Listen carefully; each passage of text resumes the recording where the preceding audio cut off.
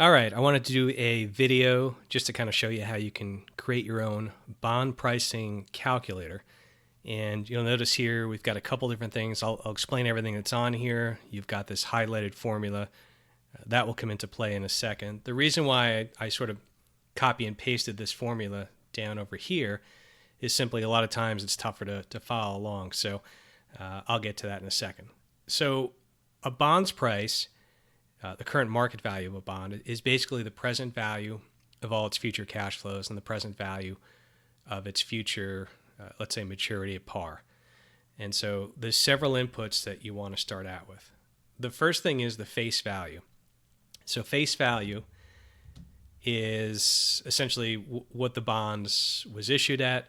It's also, by the way, what a bond, aside from defaults, what a bond will mature at. So in other words, if a bond is issued, maybe it's issued at par value, potentially it's in an auction, it's comes out above or below par value, but regardless of that, when it matures, the future value is its par value because it matures at par, excluding any defaults. So in other words, as long as the bond doesn't default in its interest payments or stop paying interest payments, but for this exercise, we'll assume it's going to go to however many years in its term, it will mature at par value. In this case, it's 1,000.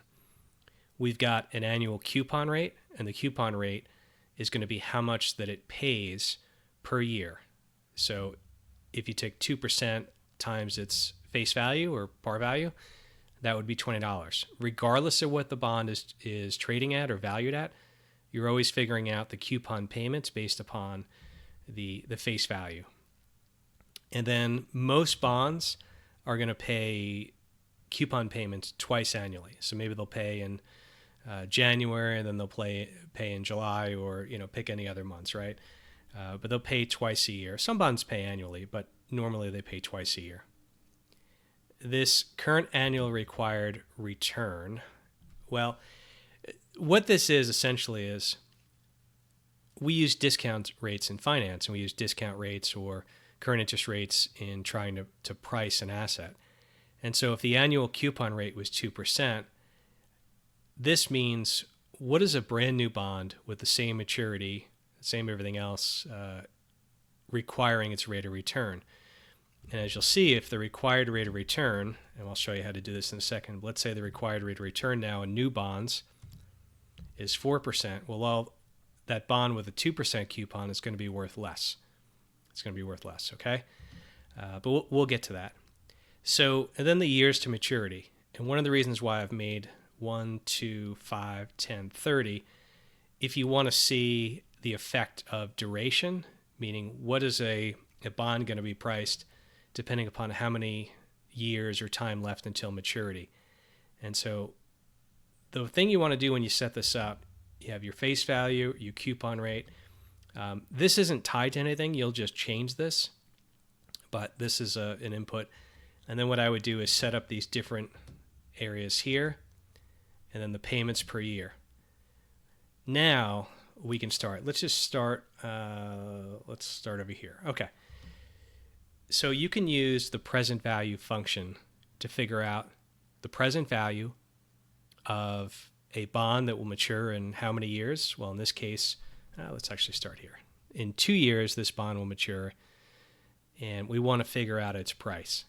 So we can figure out the present value, and the present value is the present value discounted down by some rate of all the interest payments over time, and then also the future value. So in 2 years, barring defaults, you'll get your $1,000 back, right? And one other thing too, this bond might have a price of 100, but even though it's priced at 100, its value is 1,000. Right? This one might be priced at $96.192, but its value is $961.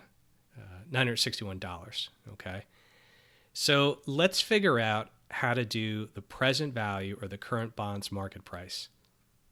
And what I'm going to do is I'll do this over here, and you type equals. This is exactly what I've done in these areas here.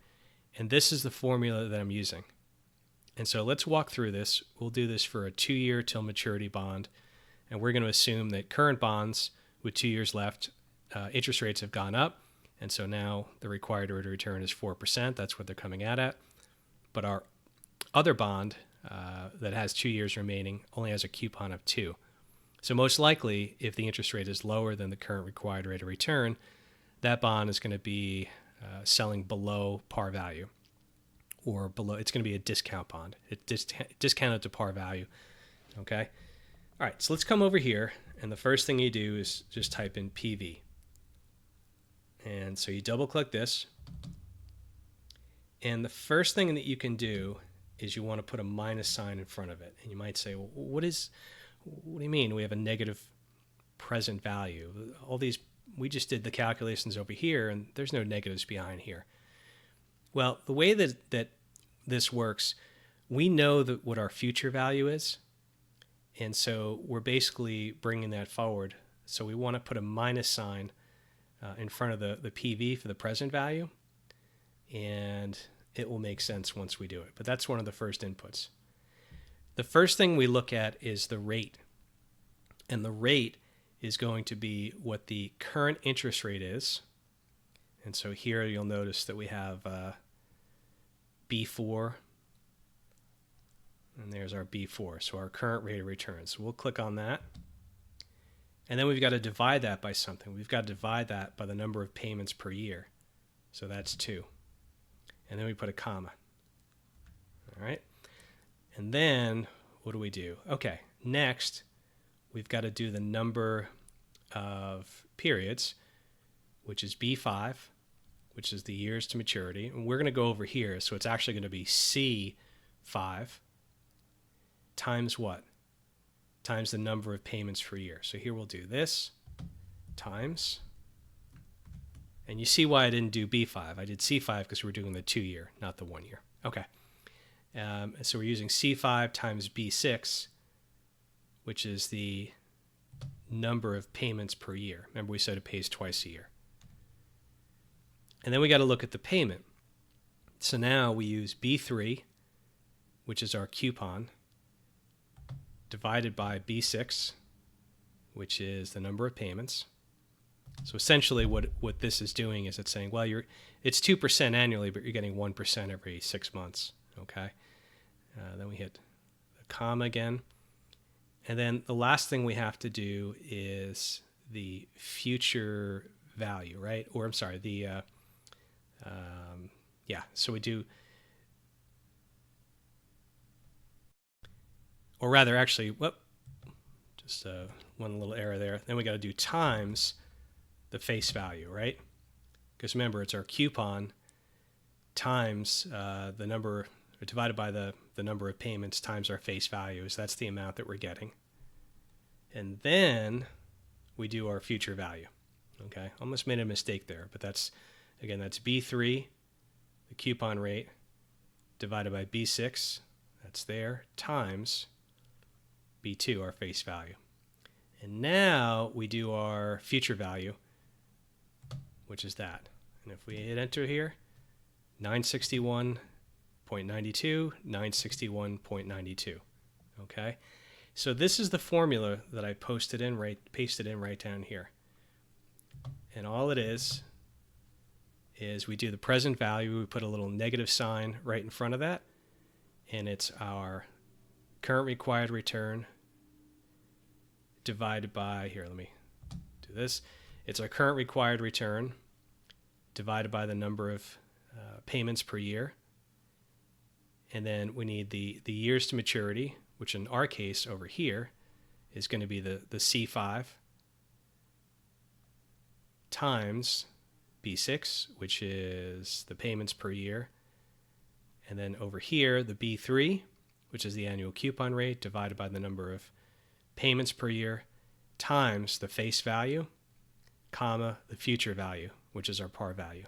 Okay, so this is how you can look at, let me just erase this since we just did this, right? And when you set this up, so each of these is just going to, really the difference here is going to be C5. That's going to use D5. And this way you can see how much a bond's price changes depending upon the required rate of return. And so we had an initial coupon rate of 2%. Interest rates went up. That means our bond that was only paying 2% isn't worth as much. And the longer till maturity, the more sensitive its price is going to be to changes in interest rates. So something with 30 years to maturity is only going to be worth the present value $652 and change. Something that's a year from maturity is going to be $980. And the reason why that is because, it's you have so many cash flows over 30 years compared to just 1 year. And so one of the things you can take, and I'll do a separate video on duration or sensitivity to interest rates, but basically as you're doing this, you can see that certainly bonds with longer maturities are going to be affected. The other part that I've done over here is I've repositioned the, let me do something here. Okay, there we go. I've repositioned the duration, so that's at maturity, 1, 2, 5, 10, and 30. And all this is just plotting the prices. So this, assuming no defaults, you're going to get your $1,000 at maturity. And this is just graphing at 0, at 1 year, 2, 5, 10, and 30. And you can see this came down much further than obviously the 1 year or 2 year because it's got more time until maturity. Now, if we reverse this and we say, well, instead of interest rates going up, what if interest rates went down? So now interest rates went down.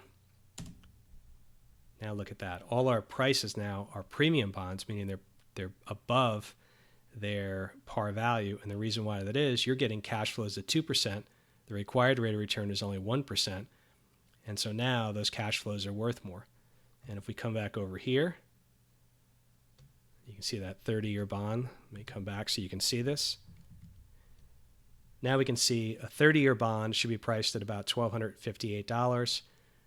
With 1 year remaining should be about $9 above par value, or $1,009. And you can see this change here depending upon the number of years until maturity. So a couple things to take out of this. Number one is this is the formula right here. And I would advise setting all this, so set up all these columns, set up the number of years to maturity. And they don't have to be 1, 2, 5, and 10, but I just did them that way. And then you come through here and just make sure as you're doing the formula, the one little input that's different is going to be this D5, because that's the number of years until maturity. Okay? So that's how you very easily can create a bond price or current market value for a bond calculation in Excel. And it's just using this formula. And then, of course, you can graph it. So hopefully that helped out.